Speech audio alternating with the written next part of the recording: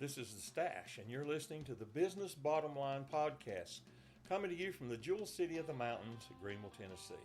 We're in the foothills of the Smokies talking business with people just like you who are responsible for the bottom line, sharing business tips to inspire, inform, and improve, and turn your bottom line from red to black. Our guest today is Miss Carlene Stanton with Community Insurance, so let's get acquainted. So hello, Miss Carlene. Hello, everybody. We're glad to have you on the podcast today, and in case you didn't know, I know you do, but you're the very first one, so you're special. Yes. So just tell us who you are and what you do.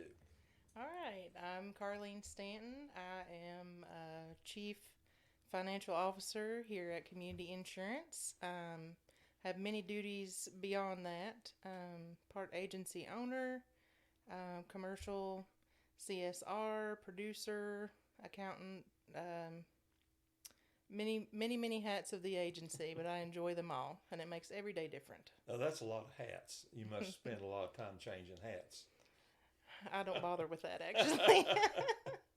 So, introduce us to your family. Tell us a little bit about your family. I have two wonderful children. A daughter who just gave birth to my first grandson in April, and he is just a little butterball of joy. I have a son who is attending high school, started driving this year, and his first job. So it's been quite an exciting year so far. Well, that's great. And just in case folks out there don't know, he is also our audio engineer for the podcast. So, hey, Patrick, we appreciate that. So, what's a favorite activity for you and your family that's not part of work?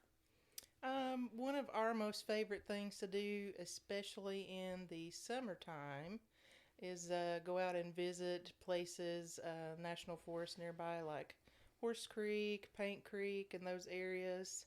A lot of times find the swimming holes. Those are the best spots, and just enjoy the mountains and the beautiful scenery. That's one of the great things that you can do here in Greenville if you just have an afternoon. There's so much outdoor activity that you can do, and we're right in what's called the foothills of the Smokies. So Yes. it doesn't take but just a few minutes to get right in the edge of the national forest and take advantage of the mountain streams, and the swimming holes out there get quite cold. They are pretty chilly. Yeah, even in the summer when it's hot, Yes. they'll cool you off quick. So, so tell me, have you read a book lately, or give me a favorite book that you have read in the past that gives us a little insight into what you like? Well, the most recent book that I have been in is actually a book that goes along with regeneration program at a local church here that I attend, and it's a year-long program. So, and this is my third time through. So I've read it before, but it's new every time, and I learn something different every time. So it's a great program. Well, I know about Regen, and it's interesting that you pick that book because it's not a typical book you read. Right. It's a book you work through Yes. in great detail and sometimes consternation because it kind of probes down into the depth of who you are, don't it? Yes, exactly Yeah. right. I'm familiar with that. Been through that myself. Tell us about your phone, Android or Apple iPhone, and why? Ooh, I currently have an Android. I've had an Android probably for 8 or 9 years. I had an iPhone previous to that. I'll have to say Android, probably just because that's what I'm accustomed to and I don't like change. But it's been a while since I've had an iPhone, so I'm not familiar with those anymore. But the Android seems to work well for me. That's my preference. Okay. Well, I have noticed that people kind of get started down one track or the other, and whichever one you're on, it's difficult to change. Yes. You might change brands, but you really don't change the operating system, either the iPhone or the Android. And the older So, we get, the less we like changing those things. yep, I hear you. I hear you. That's so true. Not only do you not like it, it's just doggone hard. That's right. So I'd rather not. Let's talk a little bit about work. What's the biggest or one of the biggest hurdles you face at work? What's a difficult task before you? Probably the biggest challenge here is just distraction, I would say, and that's just because there are so many avenues of communication now, as opposed to, let's say, even 10, 15 years ago.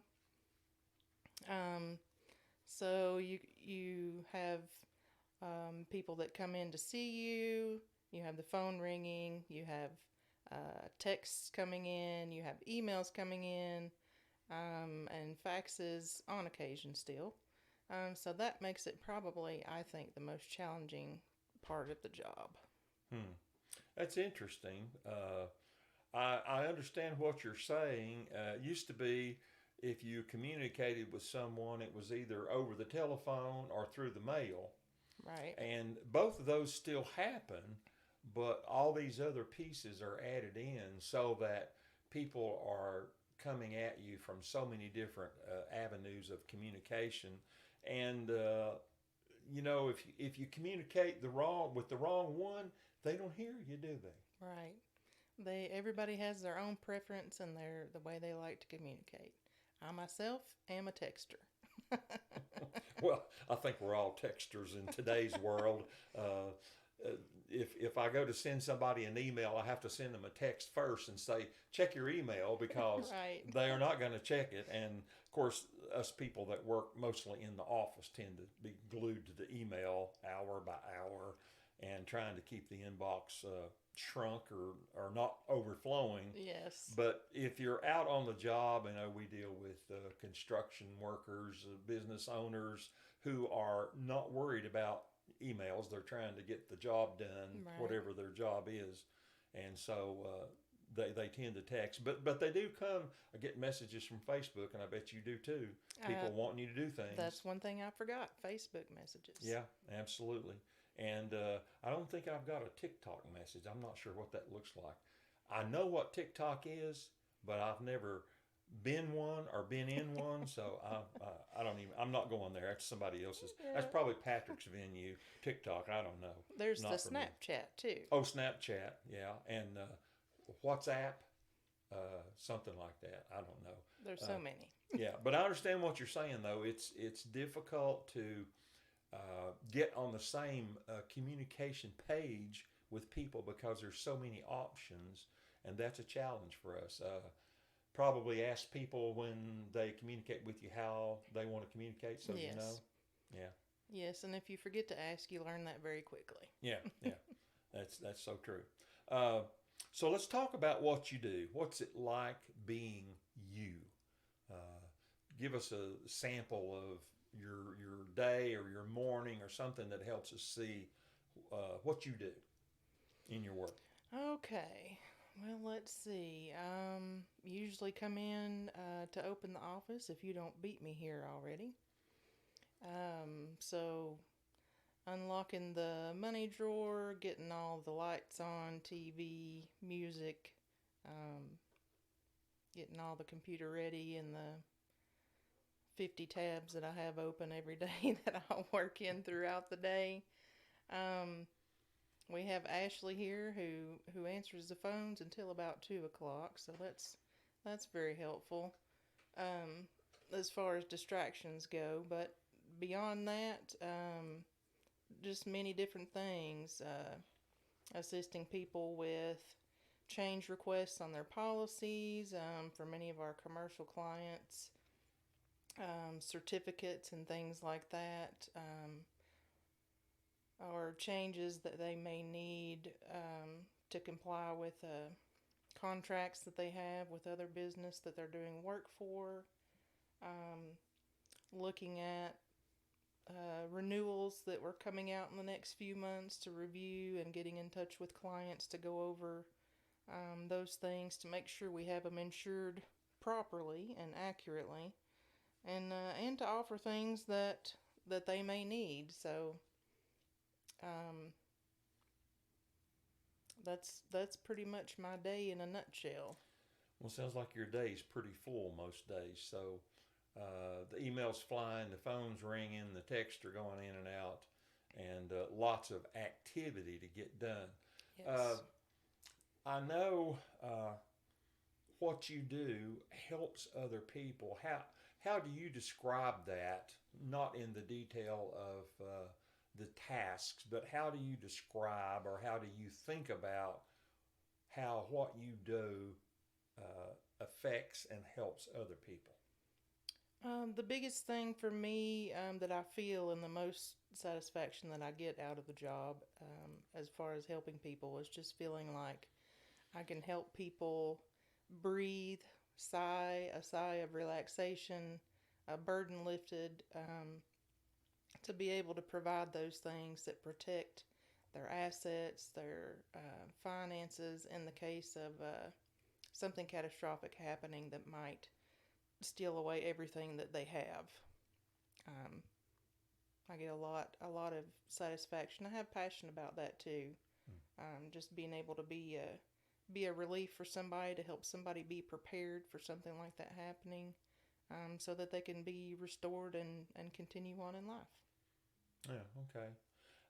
I think probably that a large part of people that are either drawn to or stay in the insurance business have that common motivation of wanting to help other people, Yeah. because there are parts of it that's very mundane, and some of the terms are can be overwhelming because they're legal terms. And Right. I know one of the challenges we try to live by here in the office is don't talk to people in insurance speak. Yeah. Speak in plain language so they can understand what we're talking about.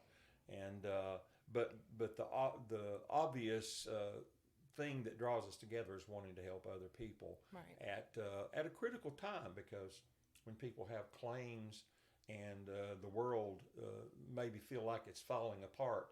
I know especially when you have fires that destroy or almost completely destroy your home or your business. Those are terrible, traumatic Yes. times, and you want to be able to help people by having the insurance part of it prepared so that they can be restored. Right. So that's yeah, that's really that it really is something that I think is common to people that stay in the insurance business. So what we kind of talked about a hurdle, and it may be similar to that. But what's the biggest challenge for you personally uh, that you feel like you face on maybe somewhat of a regular basis, or if I say biggest challenge, what is it that comes to mind? It's a big challenge for you in the work you do in the business. Um, I would have to say it does run along the lines of that distraction and so many things coming at you from so many different directions. Just trying, the challenge is to stay focused, um, and not to get distracted to the point that you can't remember what you were doing 5 minutes ago before somebody came in or the phone rang.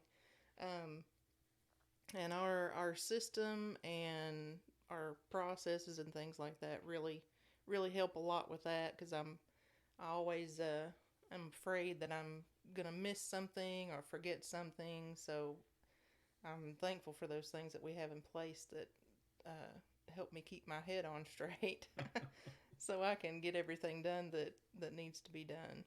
So those boring processes do have value, Yes. even when they don't feel like when you're trying to figure out what's step one, step two, step three.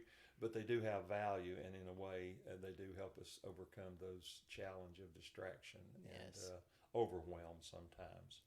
So, do you have any particular insight in how you see the future unfolding in relationship to the business? I know there's lots of things going on in the world we could talk about that are opportunities and challenges. But do you have anything that you kind of see unfolding in the future related to the business?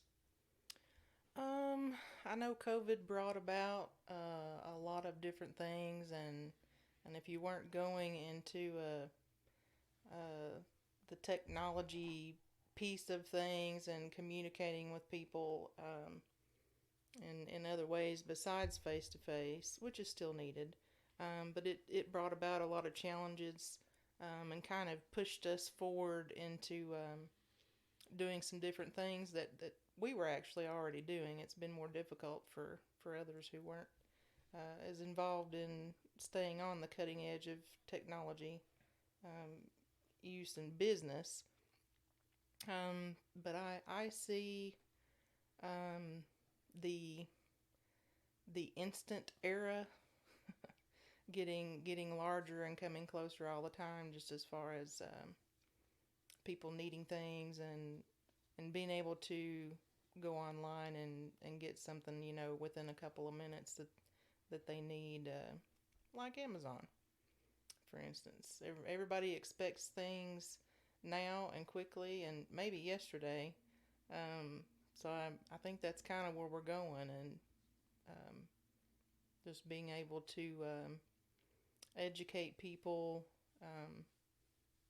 in ways that they'll see, through social media and different social platforms to help them make better choices, make the right choices for things that they need, and just make that available however we can, so that, like we were talking earlier, however their communication preference is, they're able to get what they need in a timely manner. Okay. Well, we're down almost to the end, and so I ask everybody this question each time. Give your best bottom line business tip, because there's business people out there listening. They're in business, and the bottom line is what matters. And one of our sayings is we want to turn that bottom line from red to black. So what is, if you're going to talk to that business owner, what's your best bottom line tip? Oh, let's see. I would have to say be kind and encouraging to people. I like that. That's a good tip. It's probably one we all know, but we need to be reminded of. Yes. Yes.